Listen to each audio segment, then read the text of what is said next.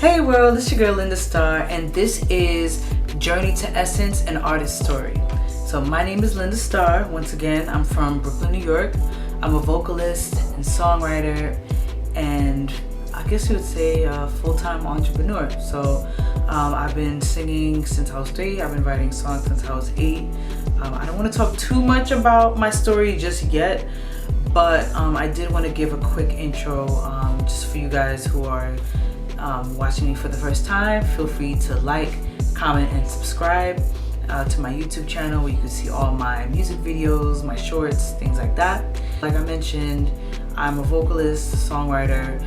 I've been performing for a very long time, and I don't want to get into my life story just yet, but pretty much I grew up singing in the church, sung in choirs all my life, and then in college I was really involved like on campus and things like that. I performed different events there. So in 2013 I graduated from Hobart and William Smith, and right after graduating I took an internship at the Wendy Williams show. So before I get into that, this series came to me, and I guess I felt the need to speak about my experiences, especially as we approach the 30th anniversary of Essence Fest. So it's less than 2 weeks away, and a part of it, I still want to go. I still want to go in some way, shape, or form. But either way, even if I don't find myself there, I do want to take time to reflect on my journey, the ups and downs, the wins, the losses, and just everything in between. Now back to working at Wendy Williams show as a production intern in 2013. So that was an incredible summer. We did a lot as far as like helping with the programming department, art department, things like that. So I believe it was March that my good friend Kia, shout out to Kia, she was Usher's tour manager recently, and she sent me an opportunity to be a production assistant for Essence Fest. So let me just make sure I got my notes right. Yeah, so it was to be a production assistant at the time it was with Solomon Group, and I was like, oh, like that would be amazing. So I applied on their website. Then they contacted me, I think in June. Yeah, because my friend Keisha sent me the email in June of 2013. So this was over 10 years ago. Yeah, I applied for it, and then they sent me an email back. The one thing I remember was that it was when they emailed me back, they said that I would be like a freelancer for $75 a day. So they will only pay us $75 a day for about 3 days. So 75, 150, 225, is that 225? Yeah, hopefully the math is right. But I think it was roughly, yeah, like 225 for that time. And just graduating from college, I mean, look, I was happy to get money because at the time, as an intern, I was not getting paid. So I was just like, wow, $75, like, sign me up. But then, because I found out so late in the process, I had to, book my flight. I was talking with my friend about how we're gonna get, where we're gonna stay, things like that. But she was just so optimistic and just so positive about everything. She's like, is it like, we're gonna figure it out, we're gonna work it out, just get your flight. Because I think she was doing BET Awards at that time. She was doing production for that. And then I was like, okay, if anything, we'll meet in New Orleans. So it was my first time going to New Orleans, and I didn't know anything even about the weather, things like that. I found out that very quickly that it was gonna be very humid. So I was just like, oh man, I was like, I don't know what I'm gonna do. So pretty much going to Essence Fest for the first time, and like it was just a lot of firsts. I should say. It was my first time getting a Brazilian wax. And I just remember, like, it was just so painful. Like, I remember going to, like, I think 23rd Street and to this threading place, and I was just like, oh my god, like, it hurts so bad. But I was like, it's for Essence. It's gonna be humid, it's gonna be hot. I don't want down there to be crazy, so I want to be able to breathe. So that's what I got. Anywho, so I booked my flight. I think the flight was like 5 something at the time. I think I booked like I think a day after, like a day or 2 after. So fast forward, I'm in NOLA. I meet up with my friend who I think the first night we split a room together. So it was like it was a really prestigious hotel. I think it was by the French Quarter. I think it was about maybe like $300 a night or something. But all I remember, I think I paid like 100. Like we split it, so it was like 200. I don't know. We stayed there for a night, and then my friend, like she was part of a sorority. So I think her line sister was I think she was staying closer to the Superdome. So she literally asked her line sister, like, hey, like, is it okay if me and my friend like stay over? Y'all, this was before the pandemic. Literally, her friend was like, yeah, sure, you know, like that's fine, whatever, blah, blah, like that's cool, you guys could stay. So that was a huge blessing because I did not know how I was gonna stay in New Orleans for Essence Fest, like after that night. And then we ended up meeting her line sister's brother, Des DePrez, was really dope, shout out to him. And yeah, so then I was, like I mentioned, I was a freelancer for Essence Fest through Solomon Group. And pretty much I escorted guests during the Essence Fest activities, during the concerts, the panels, things like that at the convention center. And let me see what else I remember. I remember at the time the Braxton Family Values was just coming out. I think that was their first season. I remember Tamar was there. I actually met Trina Braxton. Oh, also before I left, like I mentioned, so I was interning at Wendy Williams' show, and this was season 4. And I remember asking one of the producers, I was just like, hey, yeah, so I'm actually going to Essence Fest. They were like, oh wow, like that's so cool. I was like, if anything, like, do you guys want me to get like some footage, you know, or anything? They're like, yeah, sure, why not? And I was like, okay. So I think there was one time I was at the convention center, and oh my gosh, I forgot her name from Love and Hip Hop. It was somebody from Love and Hip Hop, and I had my badge. I made sure I had my badge with me, and I was just like, hey, my name is Yulin. I'm from, this time I was still using my government name. So I was just like, hey, do you mind, I'm from the Wendy Williams show. Do you mind if I just get like a quick drop, you know, just saying, hey Wendy, we love you, blah blah blah. She's like, yeah, sure. So we did that, and I still have the footage to this day. But and I also sent it to one of the producers too. I don't know if Wendy saw it or used it, I don't know. But yeah, so that happened, and then I ended up meeting like a whole bunch of dope people. This really dope R&B singer named Xavier Lewis. The next part, which was really crazy. So I had a lot of crazy moments during my first Essence Fest, right? So like I mentioned, I was a freelancer for 3 days, so $75 a day. And like I said, they had us like escorting different guests.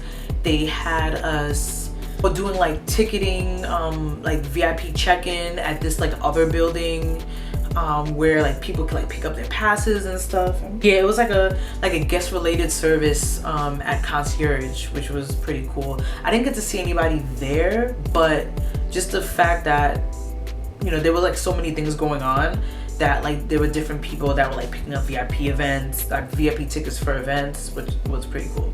There was one time I was at the Superdome, and I forgot who was on that night. Was it Maxwell? It was either Maxwell, Jill Scott, or LL Cool J. I think it might have been LL Cool J or Jill Scott. Either one of those three. I remember walking down like that big hallway, and all of a sudden, you know, I'm just minding my business. I had my white Essence Fest t-shirt on, and I had like had on red pants. So yeah, I remember walking down that hallway, and y'all, I saw, like, so I don't know if somebody dropped their pass, like I don't know if somebody dropped their their wristband. I don't know what happened, but something was just like, pick it up, and I was like, what? Something was just like, pick it up, and I was just like, and they were like, do it quick. So literally I just looked like really quickly, and I walked over it, and then like pretended like I dropped it. So I was like, oh, oops. And I put it on my wrist. Y'all, it was a VIP wristband. Literally, that wristband that I got, it granted me, it was like an all access pass to everything, right? So it was the VIP lounge, and as soon as I walked in, y'all, like, it was everybody that you can think of. Like, I met LaToya Luckett, I met Tweet, I saw Reverend Al Sharpton, Teray, so many different people at that one lounge, right? That year I met Warren Campbell. I also met Brandy, and I met Brandy's mother, Lance Gross. But a funny story that I have was with a very notable TV and film mogul that I look up to so much, and she started on YouTube with her series Awkward Black Girl. And y'all, like, I was literally just walking around or whatever, and then all of a sudden I see somebody's like Samsung phone on the floor. So I pick it up, and I'm looking around, I'm like, who does this belong to? And then a woman just comes up, she's like, oh my gosh, like, that was my phone. Oh my god, I thought I lost it. I thought I was gonna have to like call somebody, like get a new phone or whatever. Yeah, it was Issa Rae. Issa Rae in the flesh. And it was crazy because like that year, you know, remember I just graduated. So when all throughout college, like Awkward Black Girl got me through like finals week. It was my watch day. Like I was dedicated, right? So having that moment happen, it was just like God just saw my heart. Because how is it, like, it could have been anybody, it could have been a random girl, like, oh yeah, I dropped my phone, whatever. But no, literally the way that it happened, it was just like, oh my gosh, I've been looking for this phone for like everywhere. I thought I had to get a new phone, and I'm like, here you go. And I was just like, wow, like I just love your show, Awkward Black Girl, like, you know, and you're just incredibly amazing. And you know, I asked to get a photo with her, and then look at her now. Look at her now. So yeah, that's my one of my Essence story. And I don't think Essence Fest does this anymore, but they had the McDonald's 365 Black Awards. So I think the day, or maybe the day before I was supposed to work, like when I was in my hotel or whatever, I was looking online and like about all the different events that were happening. And I saw 365 Black, and then I saw like Apply as Media.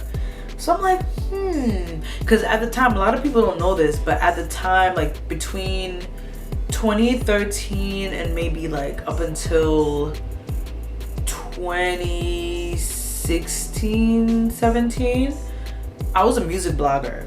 So I worked for a magazine. I worked for Bossy Magazine. I interviewed Sammy, which was a really dope interview. I did a lot of like music reviews, things like that. But because I had the Wendy pass, I was like, yeah, I'm affiliated with Wendy Williams show. I would love to attend this media. I just put in all my information.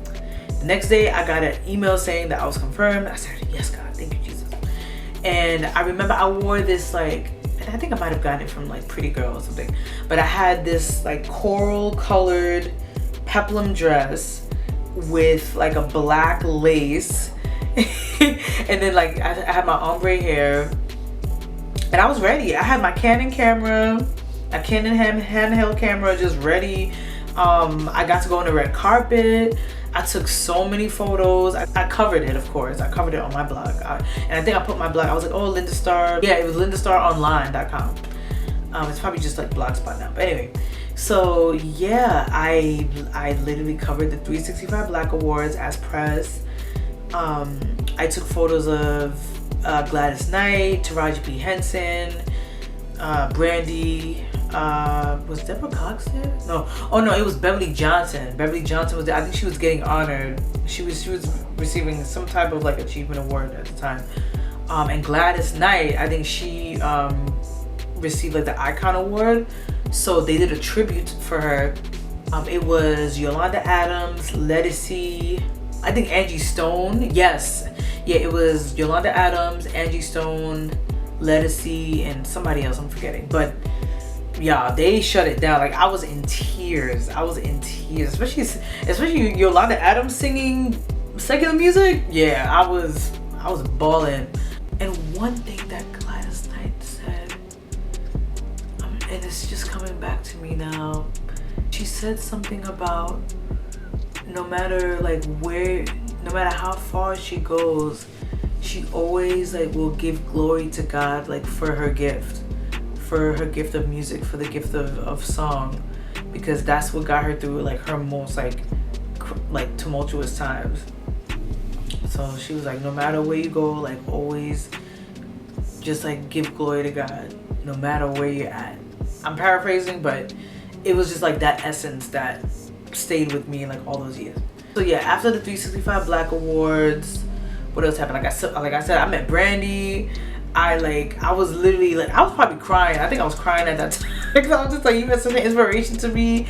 I was chilling with her background dancers. Like it was just, oh my God, it was just such a magical night. I don't think Ray J was there, but like I said, I met her mom. She was cool, everything. She was no nonsense. She was just like, who are you, miss? Like, yeah, I was just like, hi, like, I love your mom. I mean, like, I love your daughter. Like, she's amazing, blah, blah.